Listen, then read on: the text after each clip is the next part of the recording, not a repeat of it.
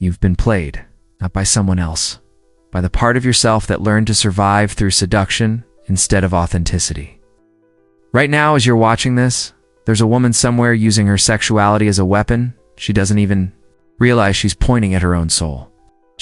She thinks she's in control, but she's actually drowning in the very power she believes is saving her. Every time she leans into that look, that smile, that calculated pause in conversation, she's speaking a language she never chose to learn. It's the language of luxury, desire, and invisible control. And the cruelest part, she doesn't even know she's become fluent in her own destruction. You see?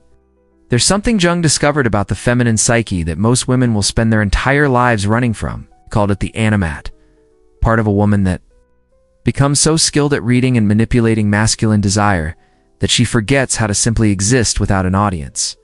She becomes the hunter who devours herself while believing she's feeding on others. This isn't about blame. This isn't about shame. This is about the code you've been running without ever seeing the program. Somewhere along the way, you learned that your worth was measured not by who you are, but by how desperately others wanted what you could offer. And that learning? It rewired your entire operating system. The language of luxury isn't just about sex, it's about the invisible architecture of control that women have been perfecting for centuries. Often without realizing they're building their own prison. Every glance that makes him chase, every withdrawal that makes him beg, every promise that keeps him hoping, these aren't just tactics. They're survival mechanisms that have evolved into something far more dangerous. What makes this particularly devastating is that it works. Men do respond. They do chase. They do become addicted to the intermittent rewards, the hot and cold cycles, the promise of connection that always seems just one more gesture away. But here's what Foucault understood about power dynamics that most people miss. The one who controls is always, in some way, controlled by the very need to control. You think you're holding the strings, but you've become so tangled in them that you can't tell where the puppet ends and the puppeteer begins. You've become addicted to the addiction you create in others. You've become dependent on their dependence. And somewhere in that cycle, the woman you actually are, the one who exists beyond desire, beyond strategy, beyond the constant performance of seduction, she's suffocating. The language of luxury has become your native tongue, but you've forgotten how to speak in the dialect of your own soul. Every conversation becomes a chess game. Every interaction becomes a test of your power. Every relationship becomes a theater where you're simultaneously the director, the lead actress, and the only member of the audience who truly knows the script. And tonight, we're going to decode exactly how this happened, why it's killing the very thing you're trying to protect, and what it actually means to speak your truth in a world that taught you that your truth was never enough. There's a moment every woman who controls through desire will eventually face, the moment she realizes she's become addicted to the very addiction she creates in others. You started using your sexuality as a language of power, but somewhere along the way, that language began speaking you instead of you speaking it. The woman who seduces for control is always, without exception, running from her own shadow. And the cruelest irony is that the shadow she's fleeing becomes the very force that drives her compulsive need to dominate. Jung understood something devastating about the feminine psyche that most women spend their entire lives avoiding. When you use your anima, your feminine essence, as a weapon of control, you don't just manipulate others, you fragment yourself. Every calculated glance, every strategic withdrawal, every promise of connection that you dangle just out of reach isn't just a tactic you're employing, it's a piece of your authentic self that you're sacrificing on the altar of control. Think you're gaining power, but you're actually hemorrhaging the very thing that makes you whole.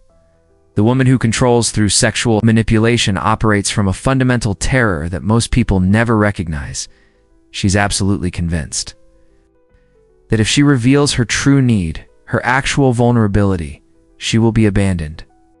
So instead of risking authentic connection, she creates a sophisticated system of emotional, intermittent reinforcement. She becomes a master of presence and absence, of hot and cold, of promises that hover just at the edge of fulfillment. But here's what she doesn't understand. Every time she manipulates someone else's desire, she deepens her own disconnection from genuine intimacy. This isn't conscious manipulation most of the time. It's a survival strategy that got encoded so early and so deeply that it feels like natural behavior. She learned that her worth was measured by how desperately others wanted access to her. So she became an expert at creating and managing that desperation. But the psychological cost is staggering. She can never relax into being simply herself, because herself without the performance feels like nothing at all. The paradox is horrifying in its precision. The woman who controls through sexuality becomes more controlled by that need to control than the men she thinks she's dominating. Every interaction becomes a test of her power. Every relationship becomes a theater where she's performing a version of femininity designed to hook and hold attention. She's so busy being irresistible that she forgets how to simply exist without an audience measuring her value, and then something devastating happens. The control starts requiring more energy than it generates. Performance becomes exhausting. The constant calculation of how much to give, how much to withhold, when to be available, when to disappear, turns her into a prisoner of her own strategy. She realizes she's created a system where she can never be loved for who she actually is, because she's never allowed anyone to see who she actually is. Jung wrote about this with surgical precision. The anima that becomes predatory doesn't just hunt others, it devours the woman who wields it. She becomes so identified with her power to attract and control that she loses all sense of her identity beyond that power. She can't imagine being wanted for anything other than the sexual energy she projects, so she becomes trapped in an endless cycle of performing desirability instead of experiencing genuine connection. The most tragic part is that the control she thought would protect her from abandonment actually guarantees it. Because no one can love a performance, no matter how seductive it is. They can become addicted to it, obsessed with it, even destroyed by it, but they can't love it. And deep down, she knows this. She knows that every person who chases her is chasing a mirage, and that knowledge is slowly killing the part of her that still believes she deserves to be seen and loved for who she really is.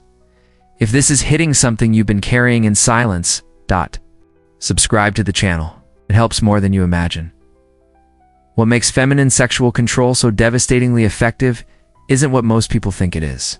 It's not beauty, it's not charm, it's not even sexuality itself. It's the masterful use of intermittent reinforcement, a psychological pattern so powerful that it can turn the strongest minds into addicts craving the next fix. The woman who understands this language of luxury operates like a sophisticated algorithm, calibrating exactly how much presence to give, how much absence to create, and when to shift between the two to keep others perpetually off balance and emotionally dependent. The neurological reality is brutal in its simplicity.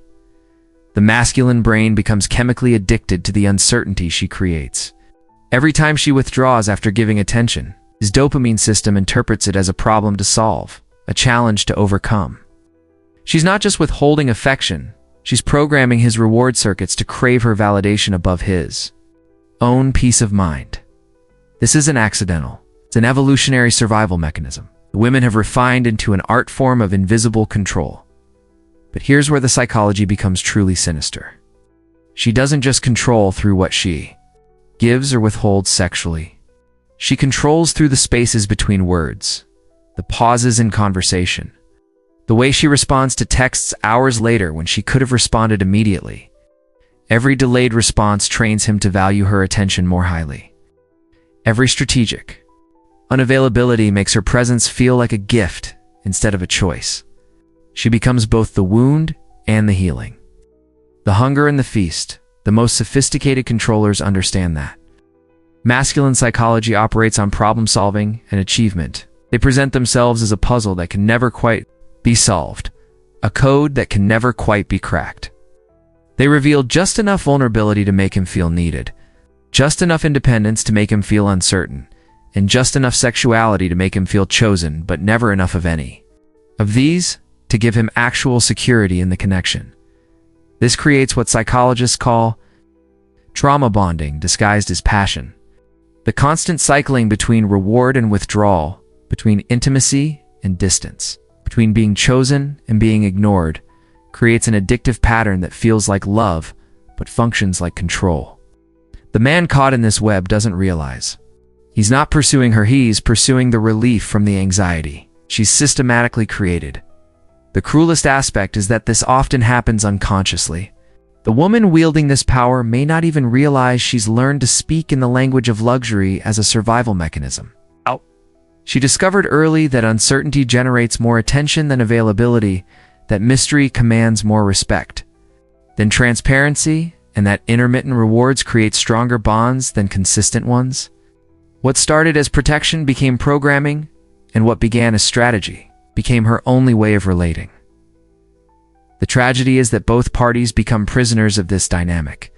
He becomes addicted to chasing what he can never fully catch, and she becomes trapped in a performance where she can never simply be herself.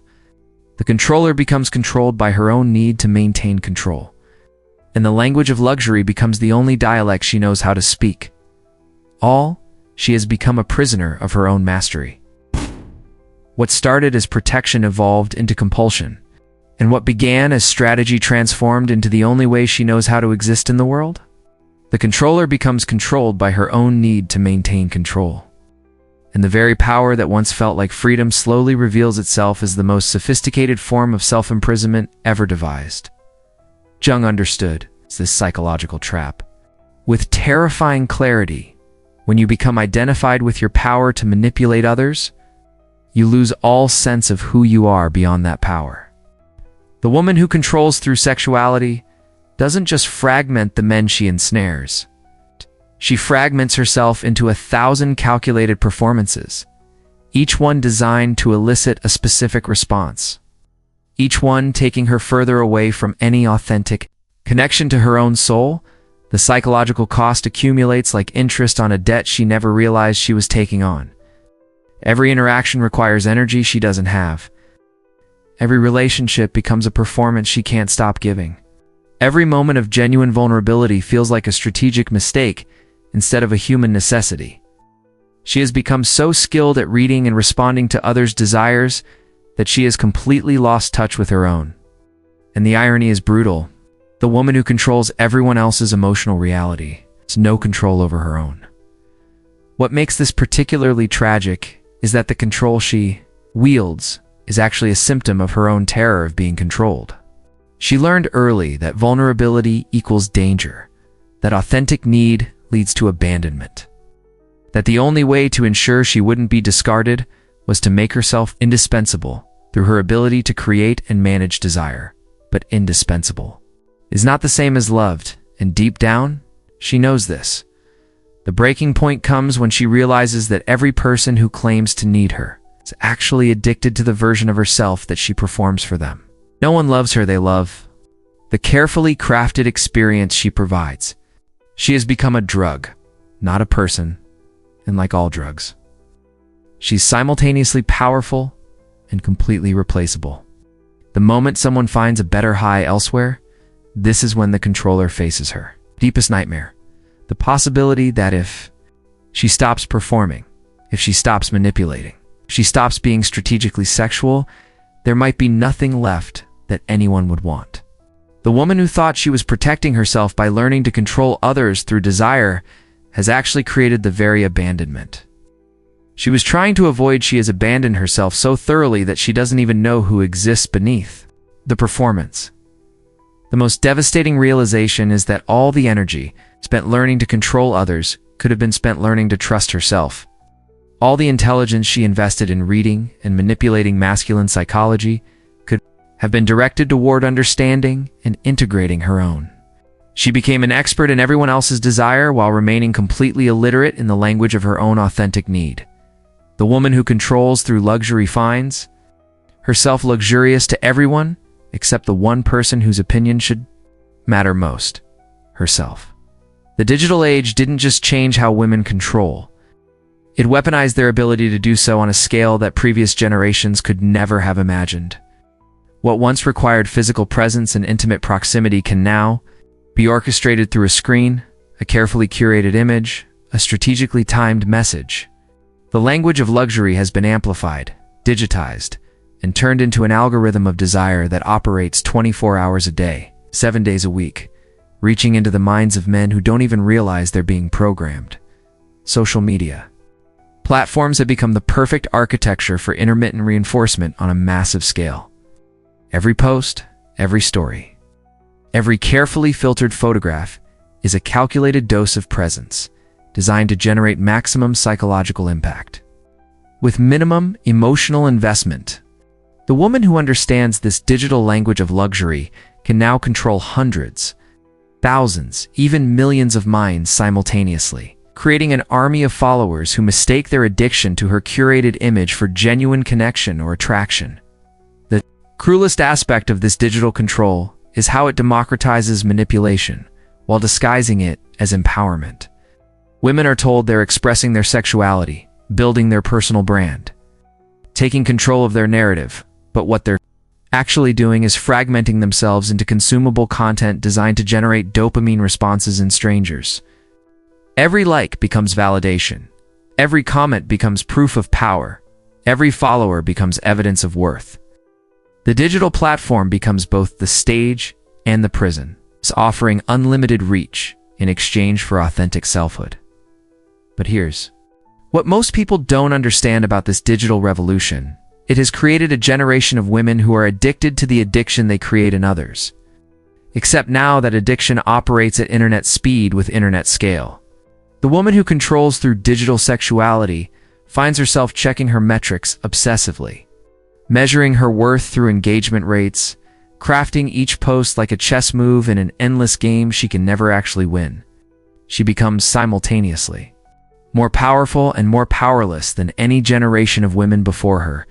The psychological cost is staggering because the feedback loop is instantaneous and infinite. Traditional control through sexuality required reading individual responses, managing specific relationships, calibrating personal interactions.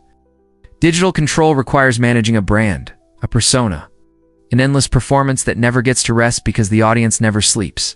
She becomes a prisoner of her own success, trapped in a cycle where stopping the performance feels like death because her entire sense of identity has become dependent on the external validation her content generates. What makes this particularly insidious is how the technology amplifies every aspect of feminine sexual control while making it feel effortless. The strategic absence that once required physical withdrawal can now be achieved with a simple lack of response to messages. Intermittent reinforcement that once required careful timing of attention can now be automated through posting schedules and story highlights. The mystery that once required actual depth can now be manufactured through filters, angles, and carefully edited glimpses of a life that may not even exist. The men caught in this digital web don't realize they're not actually pursuing a woman there. Pursuing a carefully constructed algorithm designed to keep them perpetually engaged but never satisfied. They're chasing a phantom that exists only in pixels and promises. Becoming addicted to someone who may not even resemble the person behind the screen. The woman controlling this dynamic often doesn't realize that she's become as artificial as the image she's projecting, losing herself in the character she's created to maintain control. The most tragic irony is that the digital age promised connection, but delivered isolation disguised as influence. The woman who controls through digital sexuality finds herself surrounded by thousands of people who want her but don't know her, followed by an audience that's addicted to her performance but indifferent to her personhood. She has achieved ultimate control and ultimate loneliness simultaneously, wielding unprecedented power over desire while being completely cut off from genuine intimacy. There comes a moment in every woman's journey, through the language of luxury, when she faces what Kierkegaard called the sickness unto death, not the death of the body, but the death of the authentic self that has been buried beneath layers of strategic performance. The woman who controls through sexuality eventually discovers that her greatest fear isn't being abandoned by others, confronting the terrifying possibility that she has already abandoned herself so completely that there might be nothing left to recover. Kierkegaard understood that the deepest form of despair isn't dramatic or obvious. It's the quiet anguish of living as someone you're not, while while being celebrated for a performance you can't stop giving. The woman trapped in sexual control exists in a state of perpetual existential anxiety, constantly calculating her next move, forever measuring the temperature of others' desire, never able to simply exist without an agenda. She has become a master of everyone else's psychology while remaining completely alienated from her own. What makes this particularly devastating is that the control she wields is actually a sophisticated form of self-imprisonment disguised as power. Every man she hooks becomes another piece of evidence that she's valuable, but also another reminder that her value depends entirely on her ability to perform desirability. She can never relax into genuine connection because genuine connection would require revealing the woman beneath the strategy, and she's no longer sure that woman even exists. The existential crisis deepens when she realizes that all her sexual power is actually rooted in a fundamental terror of powerlessness.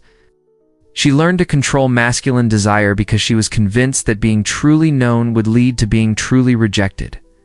So instead of risking authentic intimacy, she created a sophisticated system where she could feel wanted without ever being vulnerable, desired without ever being seen. But Kierkegaard would say that this kind of safety is actually the most dangerous prison of all. The prison of never finding out who you actually are. The breaking point comes when she faces what he called the leap of faith, the terrifying choice between continuing to exist as a performance or risking everything on the possibility that her authentic self might be worth loving. This leap requires her to give up the one thing that has always made her feel secure, her ability to control how others perceive and respond to her, means choosing vulnerability over strategy, presence over performance, being over seeming. The woman who takes this leap discovers something that revolutionizes her entire understanding of sexuality and power. When you stop using your feminine energy as a tool of control, it transforms into something far more powerful, a force of genuine attraction that draws people not to what you can do for them, but to who you actually are. The difference between manipulated desire and authentic magnetism is the difference between addiction and love, between being consumed and being cherished. But this transformation requires her to walk through the valley of her own terror. Fear that without the performance, without the strategy, without the careful management of desire, she might discover that she's ordinary, unremarkable, or worse, fundamentally unlovable. Kierkegaard would say that this fear is exactly what must be faced, because on the other side of that terror lies the only kind of love that can actually heal. The love that sees you completely and chooses you anyway.